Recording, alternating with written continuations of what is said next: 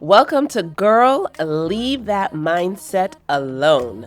I'm your host, Genevieve, and this is the one that turns me on the most because it's the one that helped me to level up in my life quicker than any other girl leave moment. Many of us can find ourselves stuck in patterns and cycles for years, wondering, why do I keep doing the same thing, even when I know better? What if I told you that maybe you didn't need a new strategy, or that you didn't need another plan, or that you didn't even need more discipline, but that you needed a new mindset? Because the one that you have now is costing you the life that you want. I'm guessing that you'd probably want to know how we acquire that mindset. As I was preparing, I was thinking about all the questions I wanted answered. What would people want to most learn about mindsets? What do I know about mindsets? What is a mindset? What is my mindset? That's a good one. How has my mindset changed? What were some of my old mindsets? What are some of my new mindsets that I've acquired and that I'm practicing now? And then what are the differences that I've noticed in my life since I've switched out of these mindsets? What is the difference between a mindset and an idea, or a mindset and a mentality, or a mindset and a philosophy on life? Where do they come from? How do we acquire these mindsets? How do we change these mindsets? I think about sort of the steps that I've taken and the things that I've done, and then what could be helpful to share with others. Not that everybody is the same, but there are some nuances when it comes to humanness that we can pick up on and that we can share and that can be helpful for other people. These are the questions that I've been asking myself, and these are the answers that I've come up with, along with some myths about what we believe, and also some of the best and worst mindsets that I've encountered. Let's start with what is a mindset and what makes it different from an idea or a philosophy or a mentality. I was reviewing my own thought patterns, and it brought me back to a verse in the Bible that talks about strongholds. And long ago, a preacher was breaking this down and defined stronghold as a fortified thought. And I I think something registered for me, that idea of something that's repeated enough and believed enough to have a strong hold on what we do, what we believe about ourselves, and how we show up in our lives. And then a mindset is similar. We have a set mind, or we have set our mind on something so strongly that the idea has been fortified or strengthened in our brains, and it has such a strong hold on us to the point where we don't question it, we don't challenge it, we just are it, we be it. It is us. And simply put, if I break all of that down, a mindset is a pattern of thinking that is repeated over and over that feels like truth. Not truth, but feels like truth. And in contrast, I would say an idea is something that you can consider, you can sort of think about, you can debate on an idea. And a philosophy is sort of a way of doing things. It's something that you can study. You can disagree with philosophies and so on. But a mindset is something that runs you. It's like the fuel in a gas tank. You don't really question the fuel. It's something that makes your decisions for you. It kind of runs your life without you giving it permission to do so. They're not easily recognizable or identifiable, and they're not easily searched for. They are almost like the wallpaper that you don't notice anymore on the wall. It's safe to say that we can be unaware of our mindset because our mindset is not what we say we believe, but it's what our lives prove we believe. So it's not what we say, it's what we show. Some would describe this as stated values versus actual values. So I want to be healthy and eat good food, but your bank statement says that you've been to McDonald's 7 times in the last 7 days. So it's like, yes, I want to be this thing, but in reality, I am another thing.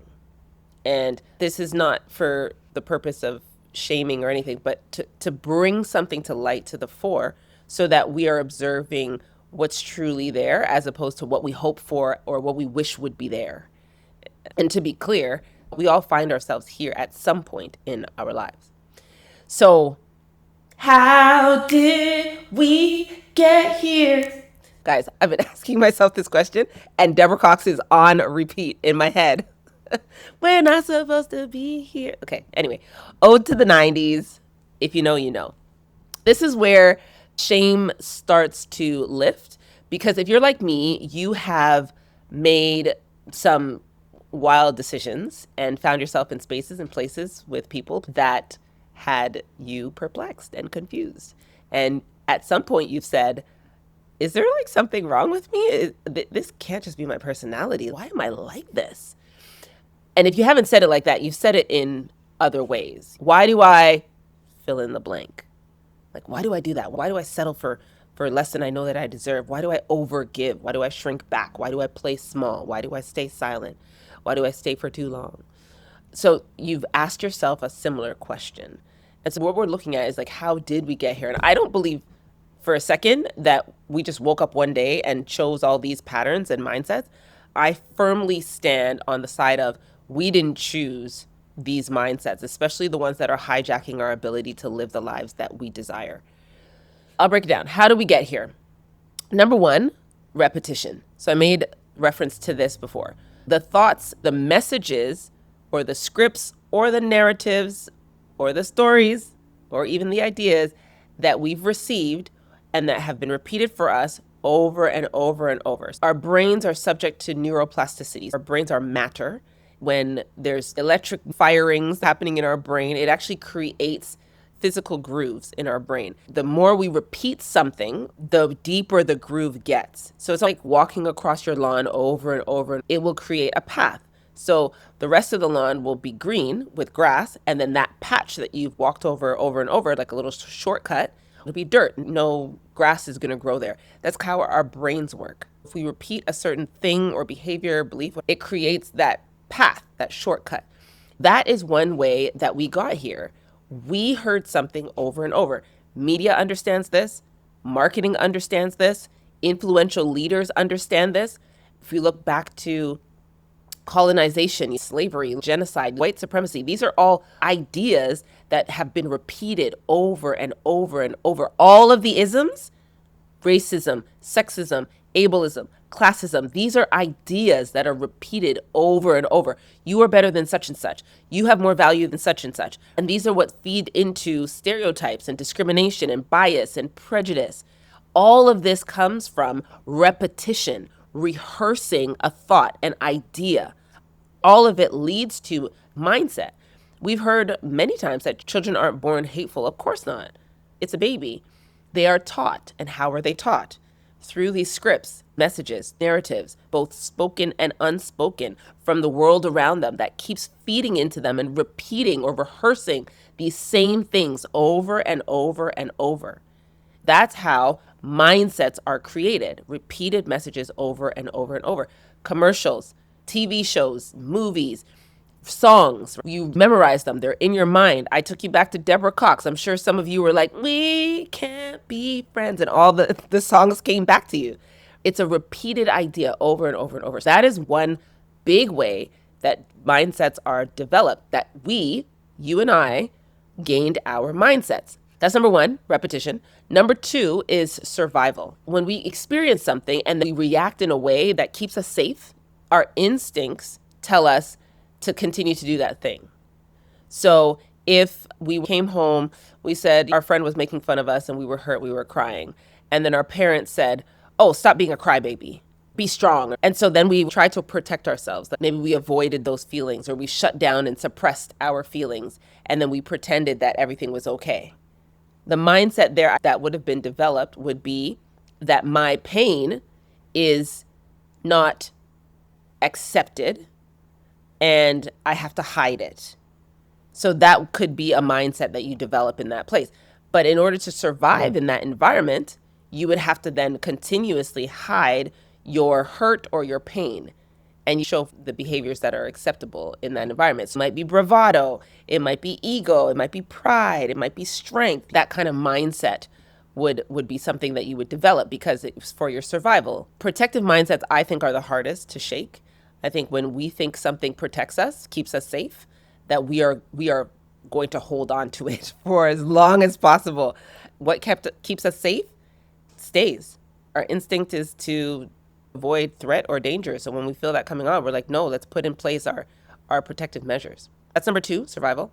Number 3, attachment. So relationships are huge. We are created for relationships. Everything about us has to do with socialization and connection. These are probably the most scary, in my opinion. I have a very strong rejection trigger. If I feel like I'm going to be rejected, my guards go up and everything is alarming on the inside of me.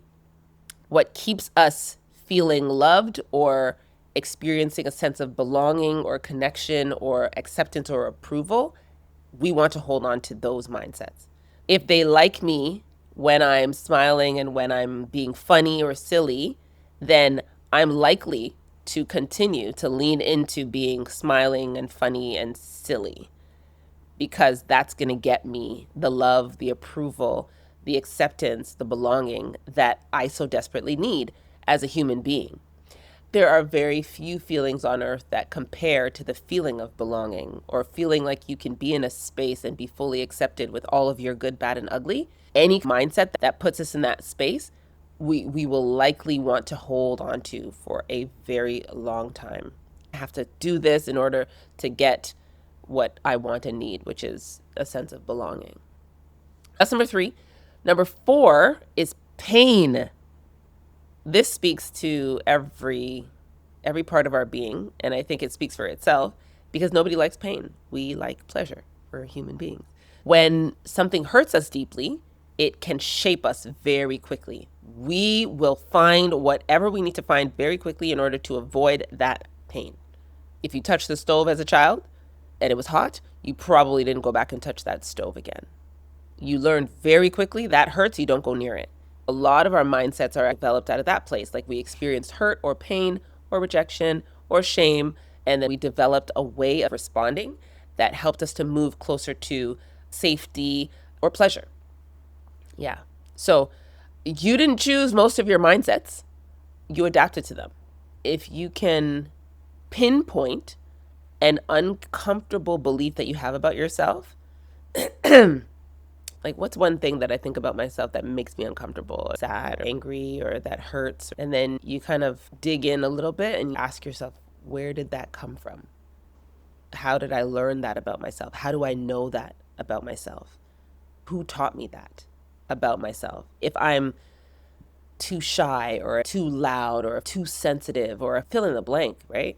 Unless you've been to therapy, it's likely that you have mindsets and ideas about yourself and the world that came from outside of yourself, that are not born out of that place of insight or awareness or intention.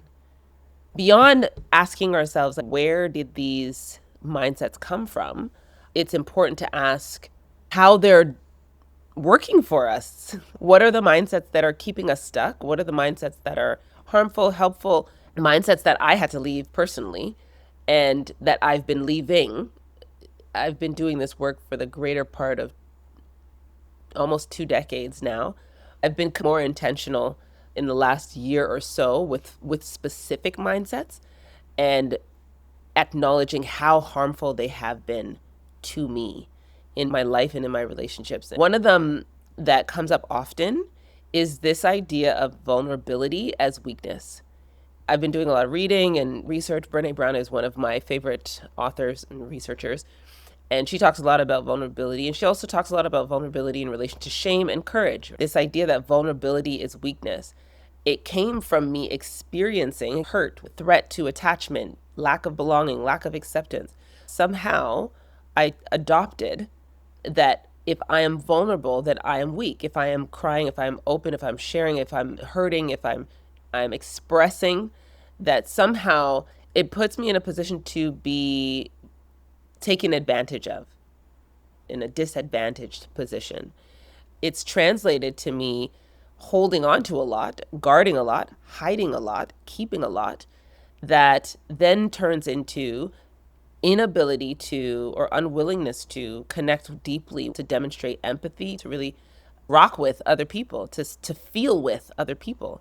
The lack of compassion and empathy created coldness and a dismissiveness when it came to me and my relationships. That also leads into one of my other mindsets. Relationships were kind of inconvenient. I'm better off by myself. I'm independent and I don't need people. It was more about guarding, protecting, feeling safe, or not feeling, because I also didn't quite understand what to do with all these emotions. So it was actually better to not express them or experience them. And that's another mindset that I also had, which was expressed emotions were not acceptable. It wasn't acceptable to express myself in a big way. If something is hugely funny to me, or to laugh out loud, or a roaring laughter, absolutely unacceptable. To experience hurt so deeply that I would then express with sobbing or tears or wailing, this is like outside of maybe a death, that was unacceptable as well. And so even just experiencing emotions, I was like, oh no, logic and reason are paramount. I used to say, don't let your feelings govern your actions. Don't let your feelings govern your actions. And while I do, in some sense, believe that we need to have balance and think through things, I do now recognize that we are emotional beings, and being human is about being emotional. Our emotions create this beautiful life that we get to live. Without emotions, I mean, we're not living. We're like robots. What would we do without love and compassion and sensuality, longing and desire? What would we do without excitement and joy? What would we do without suffering and pain and shame? We wouldn't be humans. Part of me doing some of this work was realizing how much of myself, of my humanness, I was denying in maintaining some of these mindsets. Some other mindsets that I had to actively challenge. I am not enough. That was a big one for me, to realize that I thought of myself as inadequate in a lot of ways. I used to say this, and someone actually challenged me on this. I used to say, I'm really not that smart. And part of it was my grades weren't that great. So that turned into, I have to do or be something in order to feel like I'm achieving or accomplishing. For me, when I say I am not enough, it means it's not enough for me to just show up and have my presence be there. That's not enough. I have to like earn my space. I have to earn love and acceptance by giving, buying, doing, planning, helping in some way, giving good advice, or I have to be doing something in order to earn love. My presence, my just beingness is not enough. That's one I had to definitely take a closer look at. Another one was deservedness and worthiness, which I wouldn't have immediately acknowledged or even identified until the comment was, your behavior is demonstrating that you don't really care about yourself. And I was like, how so? I mean, I definitely care about myself, but there were areas of my life that I actually didn't care. And that was showing. And I was like, oh, okay, if I care about myself, then I'm going to want the best for myself. And if I want the best for myself, then I'm going to show up for myself every day. These are some ones that I hear from my clients. I have to settle for what I have. It's sort of acceptance, but also kind of hopelessness and powerlessness. I have no control to change what is happening for me. I'm kind of just stuck here in my life. The other one that I hear a lot is, I shouldn't be unhappy because I have so much to be grateful for. And so many people have it worse than me. Your pain is not really that important. What you're experiencing or what you're feeling doesn't really matter in the grand scheme of things in comparison to other people. We're not here comparing traumas. We're here to acknowledge what is happening for you and to address that. Another mindset I would say that comes up a lot is, there's something inherently wrong with me. And so I don't deserve love, or I don't deserve care. I don't deserve to be treated well. I'm not worth the inconvenience. These in and of themselves kind of sound normal because they've been repeated over and over. Most people are kind of like, yeah, you're just independent. You're just a logical person. You're just not that emotional. You're not that sensitive. I totally get it. Many of us struggle with low self-esteem or a lack of self-confidence. We might explain them in that way to make them sound normal, but that's the actual problem. The hardest mindsets for us to leave are the ones that sound normal and that everybody experiences and accepts as normal. Also, the ones that help us to survive, which makes sense, right? If the mindset is helping us to survive, then of course it's hard to let go. Here's where we need to get honest, that we don't change our lives by thinking differently one time. We change our lives by practicing a new belief over and over, even before we fully believe it. We have to ask ourselves, how do I actually make the change long term? Not just like, be grateful, improve your self-talk, change your thoughts, change your life, manifest better for yourself. Okay, what does that look like on the ground? How do we get that practical, embodied change that we are looking for? Not just like surface level affirmations. How do we get that thing? There's a reason why we don't all have great mindsets today. It's because mindsets are hard to leave. Yes, we're saying, girl, leave that mindset alone. But these aren't just thoughts we're talking about. These are parts of our identity. These are parts of our history, our memories, our shaping experiences, parts of who we are and how we have functioned every day in life up until now. And they make us who we are. They're a part of our fabric. How do we just throw away or give up on these things that have helped us, especially without a clear way forward or without a better replacement? We have to ask ourselves those questions. If this is who I am, then who do I become without what I've had? If this is all I deserve, then how do I all of a sudden say, well, I deserve more? Or this is how it's always been. Okay, well, how do I acquire knowledge and ideas and imagination and vision about how things could possibly be? That is the hard work. If I've never seen what I'm looking for or what I want in the environment around me, that means I have to pull from somewhere. I have to pull from something. And if I haven't been able to imagine greater and better for myself, then that process is going to be near impossible. You know, kids sit down and play. They have so much fun and they come up with all this imaginative stuff. Many of us as adults, we're stressed out, we're overwhelmed. And that place of play, imagination, that visioning, we need to access that place of beauty and fun and silliness. We need that. That's part of how we grow and flourish and do different things and become different things and create different things. It's hard to get to that place if we don't challenge where we are at. So this idea that I'm in this job and had job security, wake up every day, do the same thing, go to sleep, wake up tomorrow morning, autopilot, do it again. That idea that this is life doesn't lend to, oh, what could life be? So yeah, I think it's important to challenge, but also important to acknowledge that it's hard to change mindset. And before we even talk about leaving these mindsets, we have to look at the myths that keep us spinning around in circles for years. Let's look at them real quickly. Number one, if you change your mindset, your life will change instantly.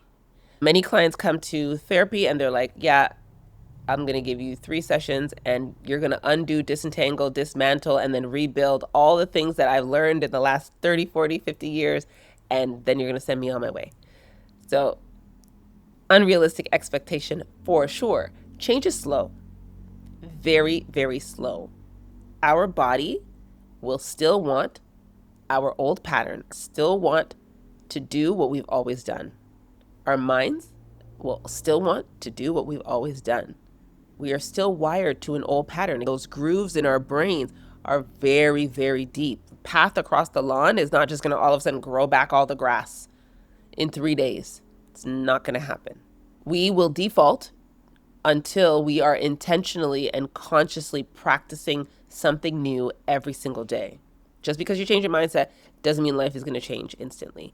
That is part of the process. That is normal. That is appropriate. Myth number 2, strong people think differently. No.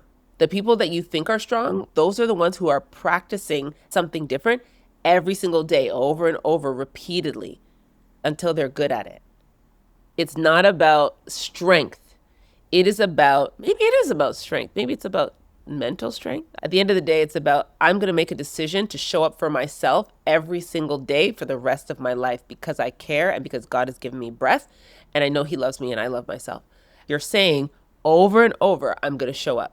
I'm going to be consistent, and consistency compounds. Decide to commit to yourself and to the process. Myth number 3 is that you can just let it go. This is not easy stuff. You don't just let go of something that once protected you or kept you safe or got you the love that you wanted. You don't just let it go. You have to outgrow it, or you have to realize it no longer serves you, and then you have to find something new.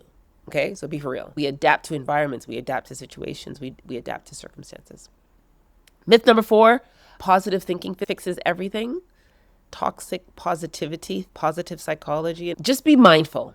It could just be avoidance. And I think avoidance dressed up as positivity keeps people stuck. Saying life is great and I'm going to be grateful without addressing the very real pain that's in your life, or without practicing something different actively every day, is not going to get you the results that you're looking for in terms of transformation. Okay, let's talk about leaving and how we do that. So this is the girl, leave that mindset alone process. Number 1, name it. What am I believing right now? That's all you have to ask yourself. What am I believing right now that I need not to believe about myself, about my life, about other people? That's tripping me up. It's getting in the way. You're noticing it. It's internally, it's feeling angsty. You know. You already know. Number 2 is trace it. This is the question we asked before. Where did I learn this? Where did this come from? Who taught me this? Okay, so number 1, name it. Number 2, trace it. This is how we leave. We're on our way. We're taking steps out of this space.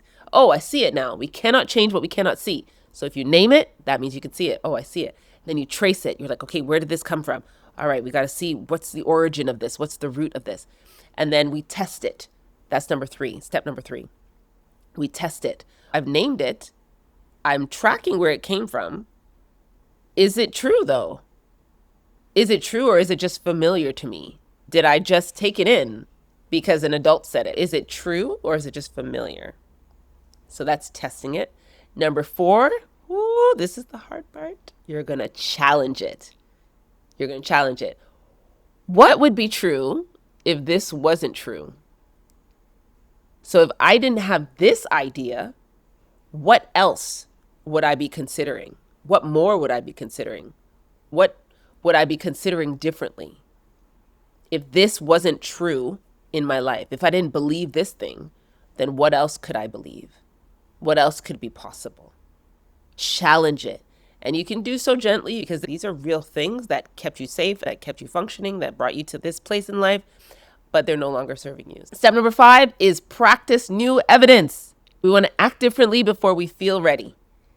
If we have believed a particular thing, I am not worthy, I am better off by myself, I can't ask for help, or I don't ask for help, I can't rely on other people, I can't express myself vulnerably or tell people what I'm going through or ask them to support me, I can't behave in ways that I think people are going to not like, and then not like me, and then reject me, and I won't have any friends, and now I'm going to be lonely, and then, oh my goodness, we could take it all kind of places. These are just my own. I'm just sharing them with you. So we have to practice new evidence. No, I can ask for space.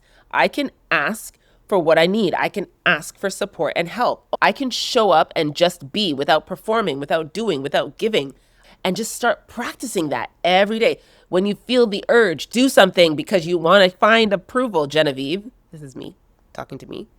Sit down. Sit down and just be. Relax. Take a breath.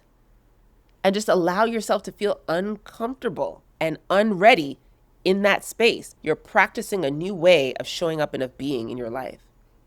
You may get some pushback as well. People will be like, oh, you're acting different. You're showing up a different kind of way, which is great. That means it's working. That means you're doing the work. Practice new evidence. Act differently before you feel ready.